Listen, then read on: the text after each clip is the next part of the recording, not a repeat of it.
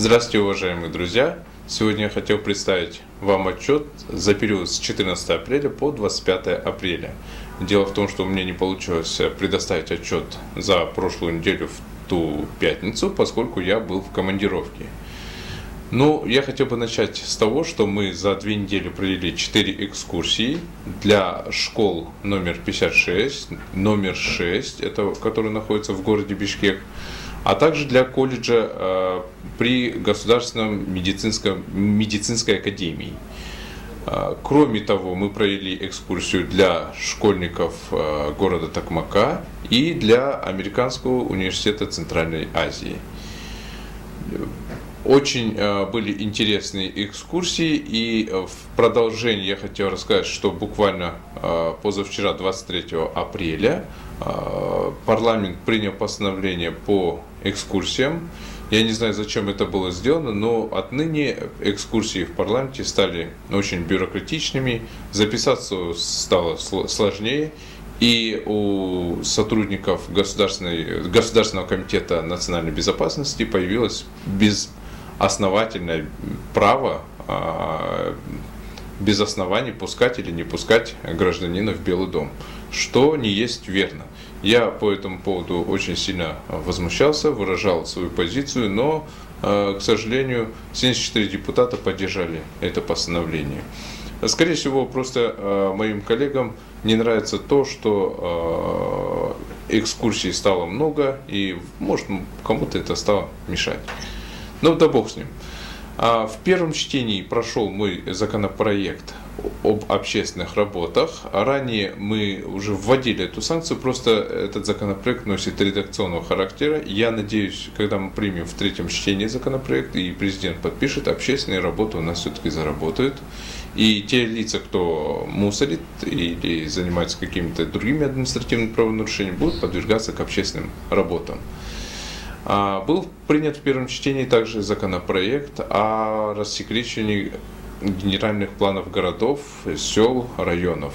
На сегодняшний день они находятся в стадии секретной информации, и они засекречены постановлением правительства. Хотя все секреты должны засекречиваться именно законом.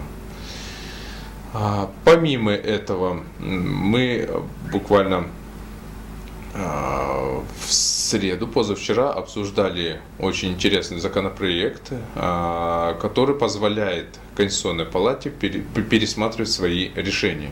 Я считаю, что это в корне неправильный закон, поскольку он позволит давить на судей Конституционной палаты и принимать нужные решения, либо пересматривать свои решения в нужную сторону.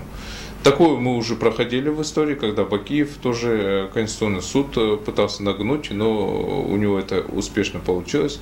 Здесь же депутаты многие вышли против, и вчера должны были поставить на голосование этот законопроект, но его не поставили, зная, что он может не пройти. И, видимо, ждут того момента, когда некоторые противники этого законопроекта будут в командировке, и кто-нибудь за них нажмет кнопки, и законопроект успешно будет принят.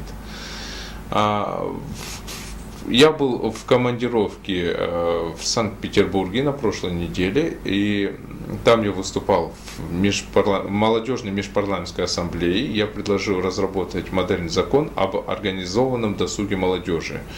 У нас, на самом деле, у стран СНГ есть общая проблема. Молодежь предоставлена сама себе, и государство практически мало уделяет времени молодежи. А мы хотя бы могли бы помочь им организовать тот или иной досуг.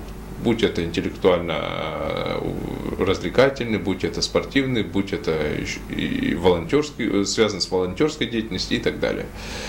На 40-й сессии Межпарламентской ассамблеи СНГ мне вручили грамоту, Валентина Матвиенко вручила мне грамоту от Межпарламентской ассамблеи СНГ, чему я был рад, и я об этом опубликовал на Facebook. Я, конечно, буду стараться дальше работать, постараюсь даже активнее еще работать.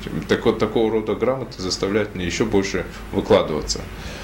В понедельник я был в городе Аше, В Аше я провел очень много интересных встреч. Встречи были плодотворными. Встречался со студентами, встречался с различными руководителями и представителями благотворительных фондов. Был в школе-интернат для незрячих. Скоро мы хотим их привести сюда, в парламент, сделать для них экскурсию. И, к моему большому удивлению, авиакомпания «Кыргызстан» согласилась бесплатно перевести их туда и обратно, за что я им очень сильно благодарен и хотел бы поблагодарить их. Дай Бог, чтобы их сотрудники компании «Кыргызстан» были всегда здоровы. Спасибо им за то, что они понимают социальную ответственность как предприниматели. Вот, впрочем, весь мой краткий отчет. Остальное прошу вас ознакомиться на моем сайте, который вот недавно начал работать. После некоторого времени отсутствия в эфире он начал работать, и вы можете читать о том, что делается мной здесь в парламенте. Спасибо большое вам за внимание.